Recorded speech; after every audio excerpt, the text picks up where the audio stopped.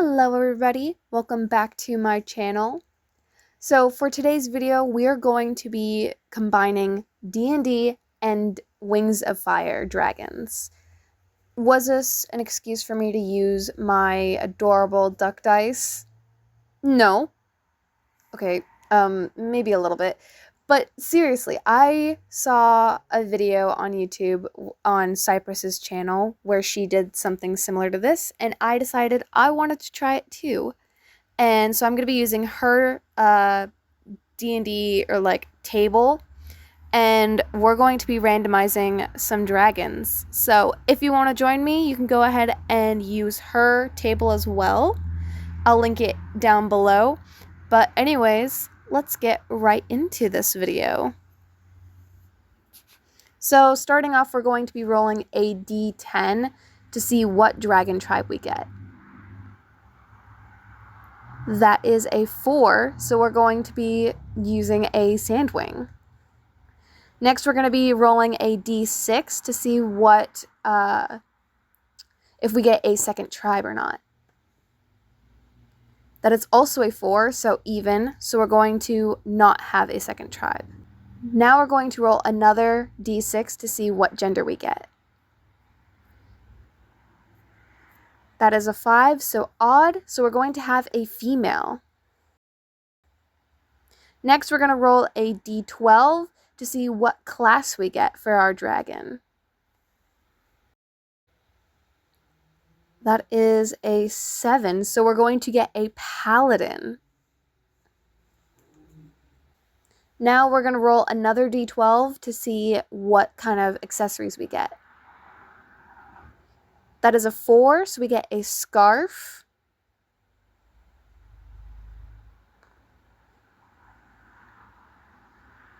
And a 2, so we're going to get leather armor. Okay, so here's the whole list, and let's get drawing. Okay, so we have a Sandwing Paladin as our first dragon.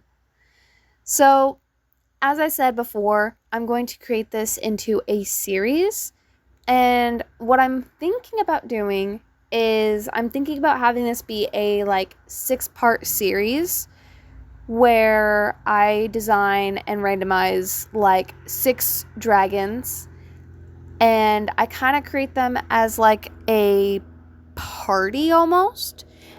Also, if you don't know about D&D or anything, D&D is basically a role-playing game where you use your imaginations and you go on these fantasy adventures as some sort of fantasy creature or character that has some sort of class, which is how you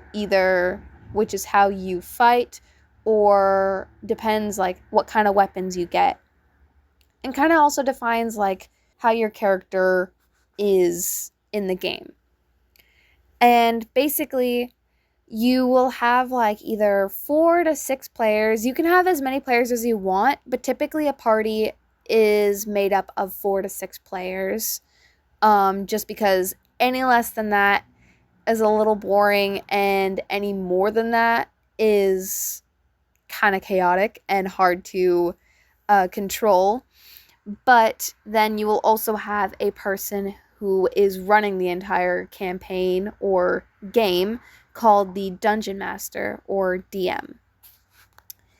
So the DM is basically the one who tells the entire story and helps you move along the journey, and is also kind of like the opponent, because they're rolling for all of the monsters and foes and enemies you face in the game. So in each video of this series, I'm going to briefly explain what class it is that I have rolled, so that you can get a better understanding of each class. So for today's video, we have a paladin, and a paladin is basically a holy warrior. And the holy warrior is basically a knight who is serving maybe possibly a god if you want them to, but they always have some sort of oath that they're sworn to that they like must follow, and it defines like everything that they like how they fight or how they are as a person or character, I mean. Um and so that's basically just what a paladin is. It's just a knight with some sort of oath that they are sworn to and that they live their life by. So immediately when I got a paladin for this character, I was so excited because paladins and clerics are my personal favorite classes to play as in D&D. So I was already so excited to start off with a paladin character, and I just needed to kind of figure out what direction I wanted this character to go in. Did I want her to be like the super holy knight who is like lawfully good? Did I want her to maybe be an oath breaker? Maybe to be like almost just she like broke her oath and is now kind of like more evil, or is like going her own path that she wants to go. Um, and so I was going through the list of all the different oaths to try and like see if anything like strikes me, or if I get any ideas for how I want this character to be. And as I was going through it, I saw the Oath of Vengeance. Now, the Oath of Vengeance I thought was extremely fun because she still has an oath, but the oath is pretty self-explanatory. She basically is wanting to get revenge on someone, or maybe a group of someone's. As soon as I figured out what kind of oath she was going to take, the ideas were just flooding, and I finally knew what kind of character I wanted the Sandwing Paladin to be. And I finally knew exactly how her story would be. Born in the grit of the Scorpion Den, she was forged in the rogue-like shadows that define Sandwing's survival. For years, she was a shadow in the dunes, her loyalty pledged only to Thorn and the Outclaws. When Thorn ascended to the throne, Mirage's life of thievery and crime shifted to the disciplined path of a paladin. No longer a thief in the night, she became a shield for the crown, dedicated to healing a kingdom scarred by decades of starvation and war. For the first time, a comfortable life for her family seemed within reach. They moved to the kingdom's newest settlement, the easternmost city, a beacon of progress, though still rough around the edges and plagued by groups of dragons hungry for control over the city. She often traveled with the patrols sent to secure the growing city, reporting back to Thorn as they slowly improved the Kingdom of Sand and made way to a new era for the Sandwings to thrive. But the peace was a bleeding lie. Vulture's loyalists, simmering with resentment over his death in the dark corners of the desert, launched a coordinated strike on the eastern city. They sought to dismantle Thorn's legacy by burning the markets, leveling homes, and slaughtering the innocent. While most of her family escaped the flames, the cost of the rebellion was written in blood. Her youngest brother, just 1 year old, was murdered in the chaos. The grief transformed her. In that moment of loss, she abandoned her quiet service for a singular holy mission. She swore an oath of vengeance, becoming a weapon of the crown, swearing that no member of the Vulture Rebellion should ever draw another breath in her kingdom. So that's just the little backstory that I have for our newest character, the Sandwing Paladin, Mirage. I absolutely adore how her story came out and how her character is, because I didn't want her to just be a normal, regular, lawfully good paladin. I wanted her to have some sort of, like, grit to her. I wanted her to have an actual reason on, like, why she's going out to, like, adventure and what she's in search for.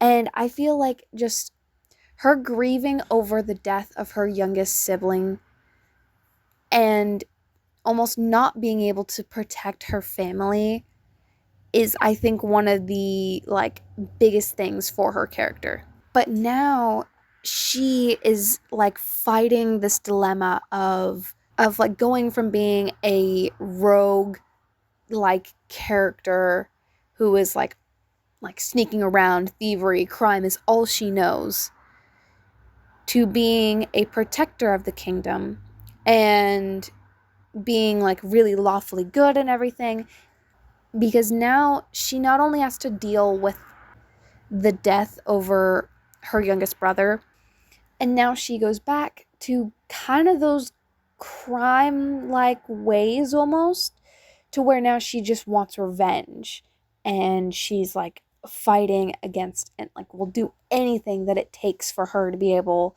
to take down this rebellion and this group of dragons.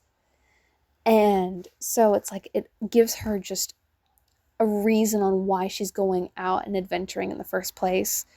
Like maybe some of them do just flat out become rogues, or maybe some of them become something different, like Mirage here, but they still have that fighting style or behavior, and like some have some advantages or disadvantages that rogues have.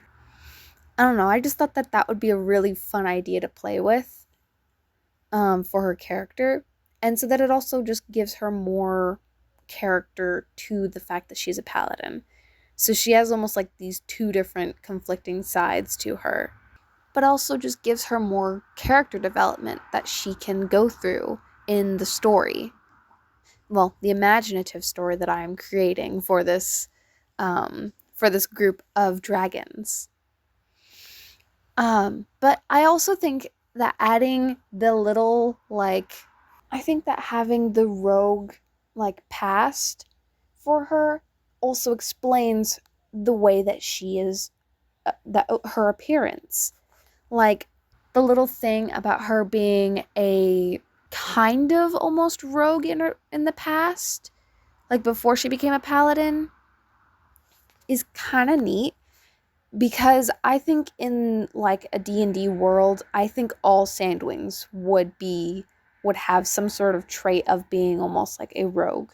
Like they would all be trained, like they would all have like the fighting style of a rogue or something similar to that. When I rolled that she was a paladin, I was like, okay, well, if I don't end up getting like metal armor, this is going to be a little difficult to try and come across. But when I got leather armor, I was like, okay, I can actually work with that, because since she is a sandwing, sandwings are in the desert. They're in Sand Kingdom. It's extremely hot there. I'm sure wearing metal armor in the desert would be extremely hot. The sandwings would basically be baking in the sun. So wearing leather armor instead, it goes with the fact that she's a sandwing, but also the fact that she's a rogue. Well, in the past that she was a rogue or had like rogue-like fighting techniques, explains why she'd be dressed so like light with her armor and everything. She needs to be nimble, be quick, so that she'd be able to escape or sneak around and not be detected. But also that having that like rogue fighting style would explain the weapons that I gave her for her design. So I don't know if you've seen Guardians of Ga'Hoole, that like movie that was like about owls and everything. But they have these like metal claw covers over their talons. I was using those as inspiration for her weapons, because I didn't really want to give her a sword, and I didn't want to give her just a spear. I wanted to give her something very unique and something kind of unexpected for a paladin. So I tried to take those like metal talon covers and put them on her wings and have them be almost like wing talon slasher things. I don't know. I just thought that it would be really neat and a unique weapon for her. And so it would be like she could like attack from a distance by spreading open her wing and slashing her opponents. And in a way, her wing could act as like a shield for herself. which is something that paladins do get. They can have a shield if they want. So I thought that that would be a pretty unique way of including a shield but also a weapon for her. And then also being a rogue or having a rogue like past would explain why she has like a scarf. Since she lives in the desert, I think the scarf would be able to be there to help protect her from the heat of the sun, but also so that she'd be able to sneak around and stay hidden from any like dragons that might recognize her or something like that if she's trying to sneak in and trying to take out an opponent. So I just think the fact that she would have like a rogue like personality and fighting style and like would kind of be like a rogue in her past would work really well to explain her appearance and her personality and just her in general. But anyways, this is Mirage. I hope that you like her design as much as I do because her design is absolutely beautiful to me. Just the colors and everything, her design, everything came together so smoothly. And I am obsessed with her design so much. The markers that I have don't really have much range in color, so I was a little scared that I wasn't going to have colors that would work very well for a Sandwing. But these colors work so well for her, and I'm just so happy that I actually have colors that work for a Sandwing and worked for her design. But anyways, that's gonna about wrap up today's video. Comment down below what your favorite D&D class is to play if you've ever played D&D. And tell me why, or maybe a story that you have of a campaign you've been in. But anyways, guys, I hope you enjoyed this video. Stay tuned for my next video because if you did enjoy this series, the next video might just so happen to be the next video of this series. So stay tuned for that. But anyways, I hope you enjoyed this video. Please leave a like and subscribe if you want to see more, and I'll catch you in the next one. Bye!